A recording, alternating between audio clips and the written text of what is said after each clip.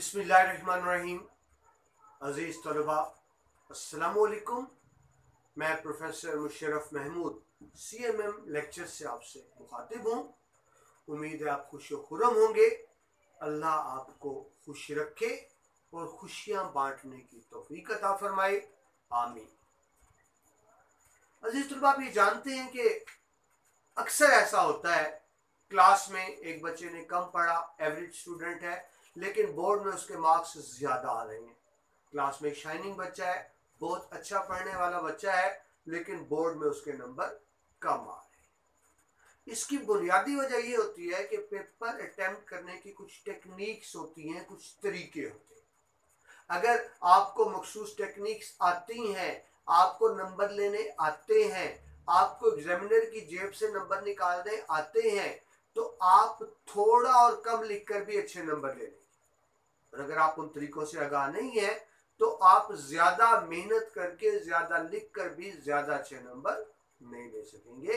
तो हमारा आज का खास लेक्चर, बड़ा अहम लेक्चर, सिर्फ इसी हवाले से है कि साले अव्वल इस्लामियात में बेहतरीन नंबरों का हसूल कैसे हो सकता है, यानी बेहतरीन नंबर लेने के बेहतरीन तरीके क्या है। इसको गौर सुनिएगा, इसमें आपके लिए बड़ी अहम बातें हैं। अगरचे बातें हुई हैं जो आप जानते हैं, लेकिन शायद आपको इनकी अहमियत का ना पता हो। जब आपको इन बातों की अहमियत का पता चलेगा तो इंशाल्लाह बोर्ड में आप अच्छे नंबर ले सकेंगे। तो शुरू करते हैं जी।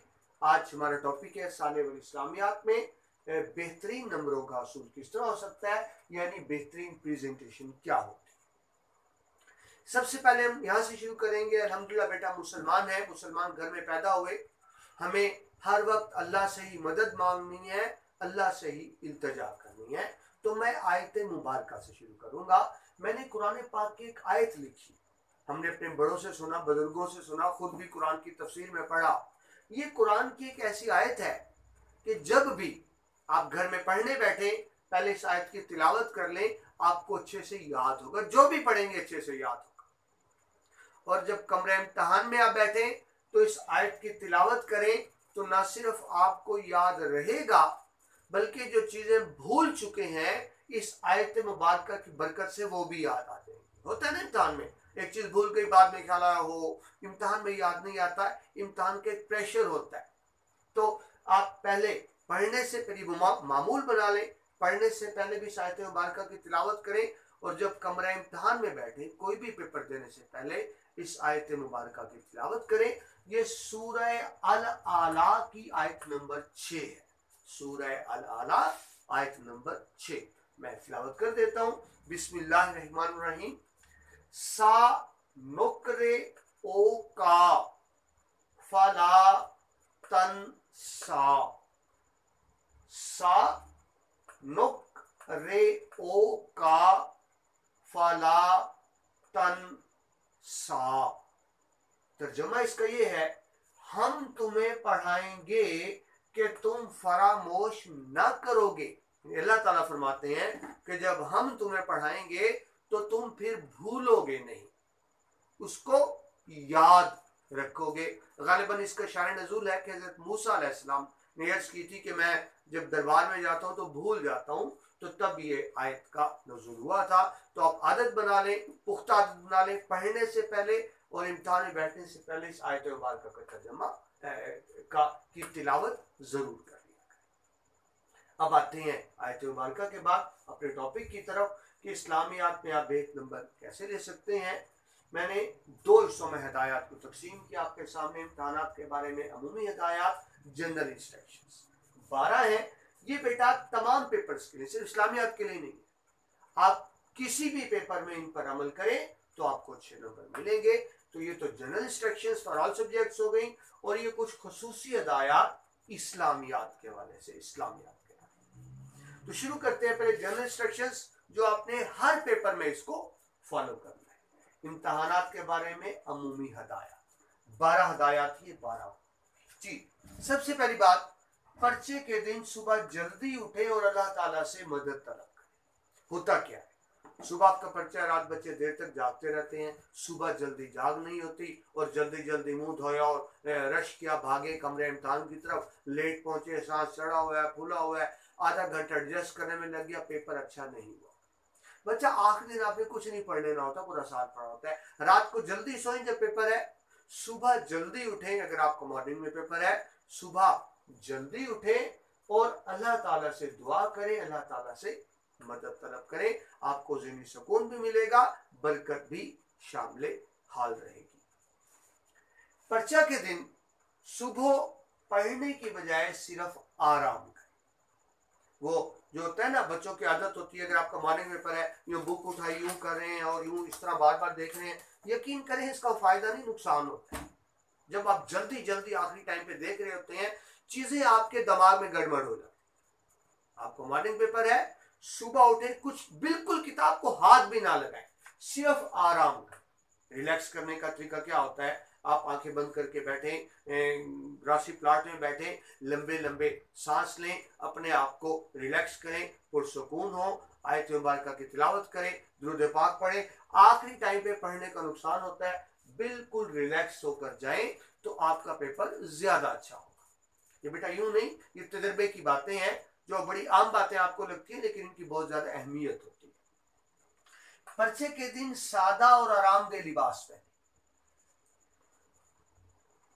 हम लड़कियों को वाले के साथ फैशन की बड़ी आदत होती है, बड़े अच्छे मोटे कपड़े पहन लिए फैशन में, और लड़कों ने टाई लगा ली, पैंट कोट और जनाब साथ टाई और कोट, ये कंफर्टेबल लिबास नहीं। बच्चा पाकिस्तान में रहते हैं, आपका एग्जामिनेशन सेंटर ऐसा भी हो सकता है जब पंखे कम हो और पंखों की हवा कम आए, वो झूमे और घूमे ज्यादा।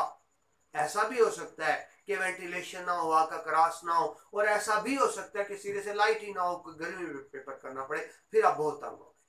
अगर आपने आरामदेह सादा कपड़े पहने हैं और वो बेहतरीन लिबास यकीनन कमीज शलवार ही है, वो आपने कपड़े पहने हैं, तो किसी हद तक आप मौसम का मुकाबला कर सकते हैं। फैशन के चक्कर में पड़ गए तो बहुत तंग होंगे। हमारे यहाँ पाकिस्तान में सालाना इम्तिहान हमेशा शदीद गर्मियों में ही होते हैं, लोड शेडिंग भी होती है, लिहाजा लिबास का चुनाव इस हिसाब से करें। पर्चे के दिन सुबह खाना कम खाना ज्यादा खा लेते हैं तो उसे नींद आने लग जाती है। पानी की बोतल साथ रखें। आप बार बार जाते हैं पानी पीने, आपको अलाउ भी नहीं करते और टाइम भी नहीं होता। वैसे तो रमजान शरीफ है, गालिबा रमजान शरीफ में आपके पेपर आ रहे हैं, लेकिन इंस्ट्रक्शंस तो हमेशा के लिए नेट पे पड़ी रहेंगी। तो अगर रमजान शरीफ ना हो तो इन इंस्ट्रक्शंस का ख्याल रखें। रमजान पाक है तो फिर अल्लाह की मदद तो साथ यकीनन होती है। जी, आपके पास सामान क्या क्या हो, मोबाइल बेशक ना हो, हालांकि बच्चे सिर्फ मोबाइल ही लाते हो, कोई चीज नहीं लाते। आपके पास एक घड़ी हो, रेस्टवॉच हो आपकी घड़ी, बेटा जरूरी नहीं होता बोर्ड में क्लॉक हो, बार बार टाइम पूछते हैं तो इन्यूलेटर भी इरिटेट होता है। आपके पास घड़ी हो, हर सवाल के बाद देखें कितना टाइम गुजर गया, कितना टाइम बाकी है, बार बार आपको पूछना ना पड़े। आपके पास 2 अदद पेन हो। पर्चा याद रखें, हमेशा फाउंटेन पेन से करते हैं, कभी बाल पॉइंट मार्कर पॉइंटर वगैरह से नहीं करते, हमेशा पेन से करते हैं।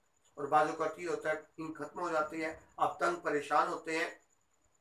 2 पेन आपके पास हो अच्छे वाले, और यकीन बनाएं उससे पहले देख लें कि उनमें इंक फिल है। आपके पास कम से कम 2 ही मार्कर। 2 मार्कर किस लिए? 2 अलग अलग मार्कर, एक कटा हुआ एक सादा। क्वेश्चन के लिए आप कटा हुआ मार्कर इस्तेमाल करें मोटा, और जो आपने अहम निकात को हाईलाइट करना होता है उसके लिए सादा मार्कर इस्तेमाल करें। तो 2 मार्कर भी आपके पास हो, एक अदद बाल पॉइंट भी होना चाहिए, लिखने के लिए नहीं। याद रखें कभी बाल पॉइंट से पेपर अटेम्प्ट नहीं करते। बाल पॉइंट किस लिए होता है? बबल शीट्स के लिए। आपको बबल शीट्स फिल करनी होती है तो उसके लिए आमतौर पर इंस्ट्रक्शंस होती हैं कि बाल पॉइंट सही करें, लेकिन लिखना आपने हमेशा फाउंटेन पेन से है। जो भी आपको बताया तमाम पर्चा पेन से हल करें, सवाल के लिए मार्कर और बबल शीट के लिए बाल पॉइंट इस्तेमाल करें। आगे बढ़ते हैं जी। कमरे इम्तिहान में वक्त मुकर्रर से कम 20 मिनट पहले पहुंचे। हमें आदत है लेट निकलने, टाइम पे निकले हैं, हो सकता है बेटा ट्रैफिक ब्लॉक हो, रश हो, कोई और हादसा मसला हो। खास तौर पे कमरे इम्तिहान के में होता क्या है, बहुत से लोग होते हैं दूर दूर तक एग्जामिनेशन सेंटर में लाइनें लगी होती है। आप बाइक पे हैं, गाड़ी पे हैं, बाइक गाड़ी आगे नहीं जा सकते, आप अकेले फिर तो फंस गया, बाइक को कहाँ खड़ा करेंगे? किसी के साथ है तो आपको पैदल जाना पड़ेगा, तब भी टाइम ज़ाया। अगर आपने देखो ये लाहौर में वहादत रोड पे पंजाब यूनिवर्सिटी का सेंटर बनता है, तो पेपर के वक्त जो सेंटर का गेट है 1 मील से ज्यादा तवील लाइन लगी होती है, ट्रैफिक ब्लॉक होती है। अब क्या करेंगे? लिहाजा टाइम निकाल के चले, आधा घंटा 20 मिनट पहले पहुंचे, आपका टाइम मार्जिन हो। जब आप देर से पहुंचेंगे भागते हुए जाएंगे, सांस फूला होगा, आपको आधा घंटा सेटल होने में लगेगा, पेपर आप किस वक्त करेंगे? तो कम से कम जो आपको इंस्ट्रक्शंस दी गई टाइम की उससे 20 मिनट पहले पहुंचे ताकि आप रिलैक्स कर सकें। जवाबी शीट पर पहले हाशिया नहीं होता था, स्टूडेंट्स ने लगाना होता था। फिर बोर्ड ने 2-3 साल से प्रैक्टिस ये आ रही है कि खुद बोर्ड वाले दो तरफ मार्जिन लाइन हाशिया लगा देते हैं। अब सुनने में आ रहा है कि दो तरफ की बजाय बोर्ड में एक तरफ मार्जिन लाइन लगी होगी, हाशिया लगा होगा। तो अगर बोर्ड में हाशिया लगा हुआ है एक तरफ, तो उसको दूसरी तरफ ना लगाएं, और अगर हाशिया नहीं लगा हुआ आपकी शीट पर, तो तब भी जवाबी शीट के एक तरफ हाशिया लगाएं। ज़रा उर्दू में पेपर कर रहे हैं तो आप दाईं तरफ राइट साइड पे, इंग्लिश है तो लेफ्ट साइड पे एक तरफ हाशिया लगाए। और कितना लगाए? 1 इंच। 1 इंच क्या होता है? ये आपकी उंगली के दो पोर हैं, इनका दरमियानी फासला 1 इंच है। एक ही तरफ लगाए। हाँ, सिंगल की बजाय डबल लाइन लगा दे तो उससे ज्यादा अच्छा तासुर पड़ता है। टीचर ये समझता है कि आप नंबर लेना चाहते हैं, वो आपको कुछ इनकरेजिंग मार्क्स भी दे देता है। तमाम पर्चा को बगौर पढ़ के वक्त की मुनासिब तकसीम कर लें। बच्चे क्या करते हैं?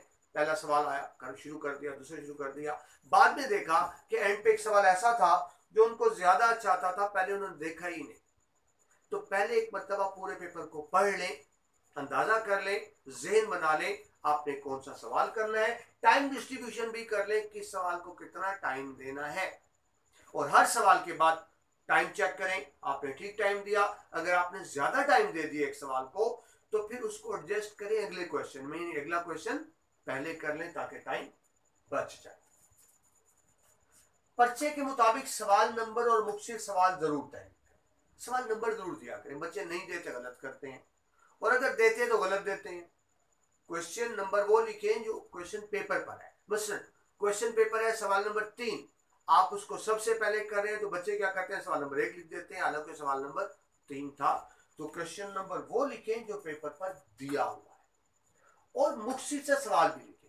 पूरा सवाल बेशक तहरीर ना करें, मुख्तसर करके सवाल नंबर भी लिखें और मुख्तसर सवाल भी लिखें, ताकि टीचर को क्वेश्चन पेपर बार बार ना देखना पड़े, उसको आसानी रहे पेपर चेक करने में। याद रखें, आप टीचर को जितनी आसानी देंगे, जितना आप फैसिलिटेट करेंगे, वो खुश होकर आपको उतने ज्यादा नंबर देगा। पर्चा हल करने के बाद एक दफा रिवाइज जरूर कर ले, नजरसानी जरूर कर। बाज़ ये होता है आपको नुक्ता भूल गए, कोई पॉइंट जबरजेर भूल गए, या बाज़ ये होता है बच्चे जल्दी में लिखते हैं कि हेडिंग बाद में देंगे, बाद में याद नहीं रहता हेडिंग देना, तो बगैर हेडिंग के लिखना यूं ही है, जिस तरह उर्दू में कहते हैं सर कटा इंसान, जिसमें है ऊपर सर नहीं। तो रिवाइज करने का टाइम जरूर निकालें कि थोड़ी बहुत गलती रह गई हो तो ठीक हो सके। अगर वक्त मौजूद हो तो अजाफी सवालात के जवाब भी तैयार करें। बेटा टाइम हो तो एडिशनल क्वेश्चन जरूर किया करें। उसको फायदा क्या होता है? बच्चे ये समझते हैं कि एडिशनल क्वेश्चन करेंगे तो बाद वाले जो फालतू हैं काट दिए जाएंगे। ऐसा नहीं होता। तमाम क्वेश्चंस को चेक किया जाता है, उसके बाद जिन क्वेश्चंस के नंबर सबसे कम होते हैं उनको काट दिया जाता है, और ज्यादा नंबरों वालों को ऐड कर दिया जाता है। तो इस तरह आपको फायदा ये रहता है, खुदा ना खास्ता कोई गलती रह गई तो कम नंबर वाला कट जाएगा, ज्यादा नंबर वाला काउंट हो जाएगा। इसलिए कोशिश करें जितने ज्यादा आप एडिशन कर सकते हैं करें। शॉर्ट क्वेश्चन में खास तौर पे, लॉन्ग क्वेश्चन में टाइम लगता है, शॉर्ट क्वेश्चन में जरूर कोशिश करें, बल्कि कोशिश करें सारों के जवाब दे दें, जो ज्यादा बेहतर होंगे वो नंबर लग जाएंगे। ये तो जिस तलबा कुछ जनरल इंस्ट्रक्शंस थी, ये वो हदायत थी जो आपके तमाम सब्जेक्ट्स के लिए। अब कुछ खास हदायत खास तौर पर इस्लामियात के पेपर के हवाले से है, क्योंकि हर सब्जेक्ट का अपना अपना पैटर्न होता है। मसलन मैं आपको उर्दू के पेपर में बार बार बताता था कि हेडिंग ना बने। उर्दू में आपको कहते हैं हेडिंग ना बनाए, लेकिन यहाँ इस्लामियात में कह रहा हूं कि हेडिंग जरूर बनाए। आपका पूरा पेपर ही हेडिंग्स पे बेस करता है। आप हेडिंग बनाएंगे, नीचे उसकी तफसील देंगे। उर्दू में इसको सुर्खियां कहते हैं, इंग्लिश में हेडिंग कहते हैं। ये जरूरी होती है। इस्लामियात के पेपर में साल लेवल में हेडिंग जरूर बनाए, लेकिन आपको पहले बताया हेडिंग के लिए मार्कर और इस्तेमाल करें, क्वेश्चन के लिए मार्कर और इस्तेमाल करें, तो तमाम जवाबात हेडिंग्स बनाकर। अब उसमें शॉर्ट क्वेश्चंस है, लॉन्ग क्वेश्चंस है। ये सवाल होता है जी कितने पेजेस पर करें, तो जो तवील जवाबात है लॉन्ग क्वेश्चंस के, उसका मटेरियल 4 से 6 सफ़ों के दरमियान हो, यानी कम से कम 4 सफ़े, ज्यादा से ज्यादा 6 सफ़े। अगर वो अच्छा म्यार है तो ठीक है, इससे ज्यादा मेरे ख्याल लिखने का फायदा नहीं होता। अगर आप मजीद टाइम है 6 सफ़े से ज्यादा लिखने का, तो 6 सफ़े काफी है।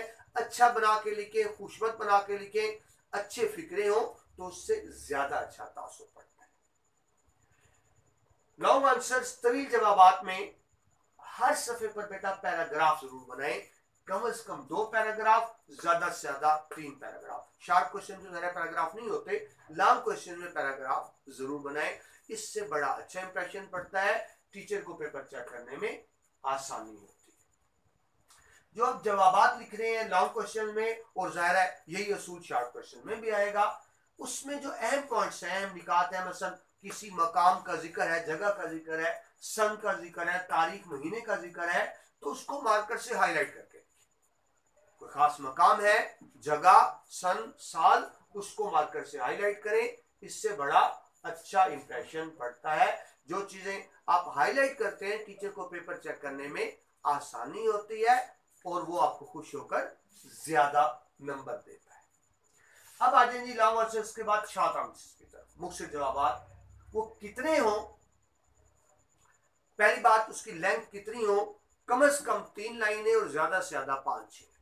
शॉर्ट क्वेश्चन कोशिश करें 3 लाइनों से कम ना हो और 5-6 से ज्यादा ना हो। हाँ, बाद मुख्य होते हैं, मसलन आ गया पाकिस्तान का किसी मतलब आयत का नाम आ गया, कोई सन आ गया, तो जरा वो एक ही उसमें जवाब आ जाएगा लाइन में, अलग बात है। लेकिन अगर वजाहत तलब जवाब है तो शॉर्ट क्वेश्चन का जवाब कम से कम 3-4 लाइनों में हो और 5-6 से ज्यादा ना हो।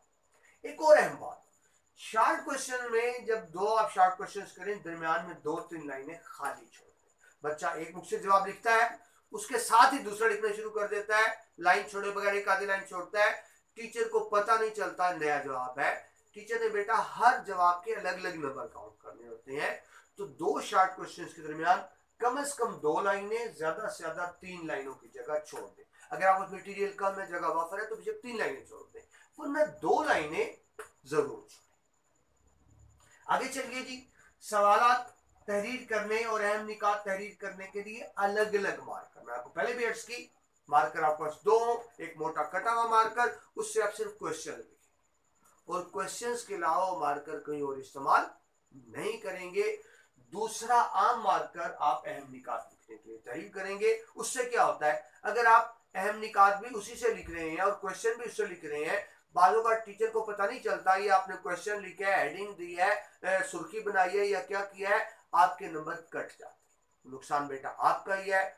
जिस मार्कर से आप सवाल लिखे वो सिर्फ दोबारा सवाल ही में इस्तेमाल हो, मार्कर को इस्तेमाल ना हो। ये बेटा बहुत अहम बात है, आपको अगर इसकी अहमियत का एहसास हो जाए तो आप कभी ये गलती ना करें। फिर इस्लामियत का पेपर है, अगर उर्दू में है तो बच्चे क्वेश्चन जरूर करते हैं, सर पेपर शुरू कहां से करना है, तो बच्चा वहां लिखा होता है, पर्चा वहीं से शुरू करें जहां से हदायत दी गई है, इंस्ट्रक्शंस दी गई होती हैं कि जवाबात यहां से शुरू करें। नीचे एरो भी बना होता है, ज़ाहिर पेपर इंग्लिश टर्च पे होता है, लेफ्ट टू राइट, तो भले आप उर्दू या इस्लामियात का पेपर कर रहे हैं तो ये नहीं कि आप उल्टी साइड से शुरू करें, जहां लिखा हुआ है स्टार्ट फ्रॉम हियर वही लेफ्ट से आप शुरू करेंगे राइट साइड की जाने। कटिंग, ओवरराइटिंग, रिमूवर, व्हाइटनर से मुकम्मल गुरेज कर। रिमूवर व्हाइटनर तो वैसे भी बोर्ड में अलाउ नहीं होता किसी भी शक्ल। कटिंग, ओवरराइटिंग जब आप करते हैं उसका नुकसान क्या होता है कि आपने जो ओवरराइटिंग की, आपका सारा पेपर साफ सुथरा था, पूरा पेज, जहां ओवरराइटिंग है नजर सबसे पहले वहीं जाती है, बुरा इंप्रेशन पड़ता है, आपके नंबर कट जाते हैं। पहली कोशिश तो ये करें कि गलती ना ही हो गई तो क्या करें, साइड्स पे ब्रैकेट डालें, ऊपर छोटा सा क्रॉस लिख के दोबारा कर दें। कटिंग ओवरराइटिंग ना करें। आगे चलते हैं जी, इस्लामियात का पेपर है, उसमें आयात और हदीस के हवाले भी आते हैं, बाज़ों का आपको हदीस का हवाला देना होता है। तो अगर आपको अच्छी तरह से आयत हदीस अराब के साथ आती है तो लिखें, और बच्चे अक्सर अराब में गलती करते हैं, उससे नाउज़ुबिल्लाह गुनाह भी होता है। तो फिर कोशिश ये करें आयात और हदीस अरबी में लिखने की बजाय उसको उर्दू में तर्जमा लिखें।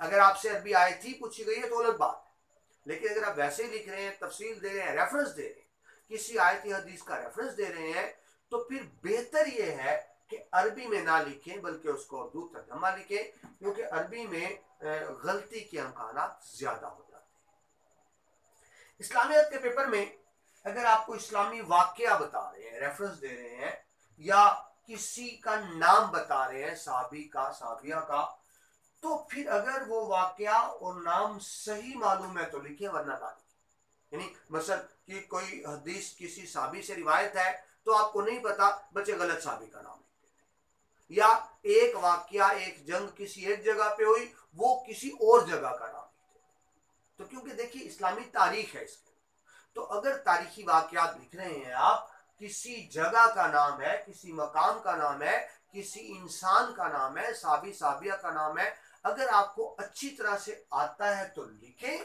वरना बिल्कुल भी ना लिखें। वो ना हो नेगेटिव इंप्रेशन में आपके नंबर करते हैं। और अगर आपको सही मालूम है तो वाक्य और नाम में उसको मार्कर से हाईलाइट भी कर दें, इससे अच्छा तासुर पड़ता है।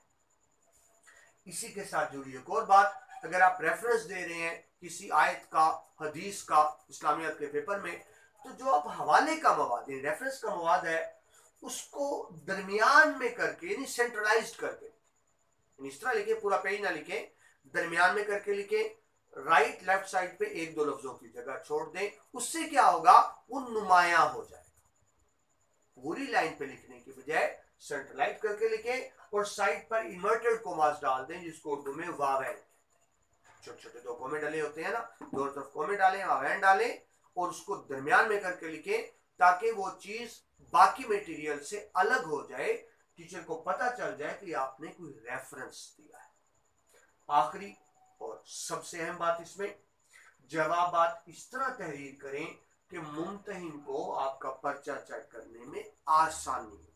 मैंने पहले भी अर्ज किया, बेटा आप टीचर को जितना ज्यादा फैसिलिटेट करेंगे, आपका पेपर चेक करने में टीचर को जितनी ज्यादा आसानी होगी, वो खुश होकर आपको और ज्यादा नंबर देगा। देखिए आप सब जानते हैं बोर्ड में रीमार्किंग नहीं होती, ऐसा नहीं कि आप कहें कि 8 में से 5 नंबर है तो इसको 6 कर दें, ऐसा तो सुप्रीम कोर्ट भी नहीं कर सकता, नंबर फाइनल होते हैं।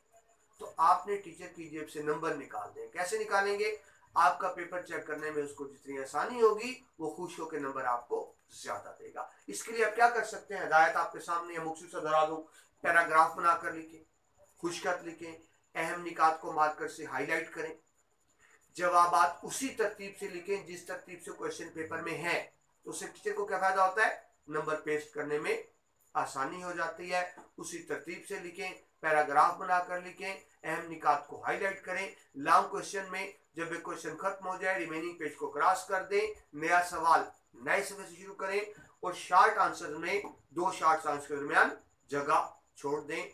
ये आप छोटी छोटी चीजें करते हैं तो टीचर को चेक करने में आसानी होती है और वो आपको ज्यादा नंबर देता है। तो अजीज तलबा, ये मुख्तसर सी बातें थी, शायद आपके लिए कोई नई बात ना हो, आपको इन सारी बातों का पता हो, लेकिन शायद आपको इनकी अहमियत का पता ना हो कि इनकी अहमियत कितनी ज्यादा है। इन पे आप अमल करें, अमूमी हिदायत पे, इस्लामियात के बारे में खुसूसी हिदायत पे, इंशाअल्लाह आपके नंबर अच्छे आएंगे। इम्तिहान आपके करीब है, अल्लाह ताला आपको इस इम्तिहान में भी, जिंदगी के हर इम्तिहान में कामयाब करे। मेरी दुआएं प्यारे बेटों बेटियों आपके साथ हैं, अल्लाह आपको कामयाब करे। इसके साथ ही प्रोफेसर मुशर्रफ अहमद को इजाजत दीजिए। अल्लाह।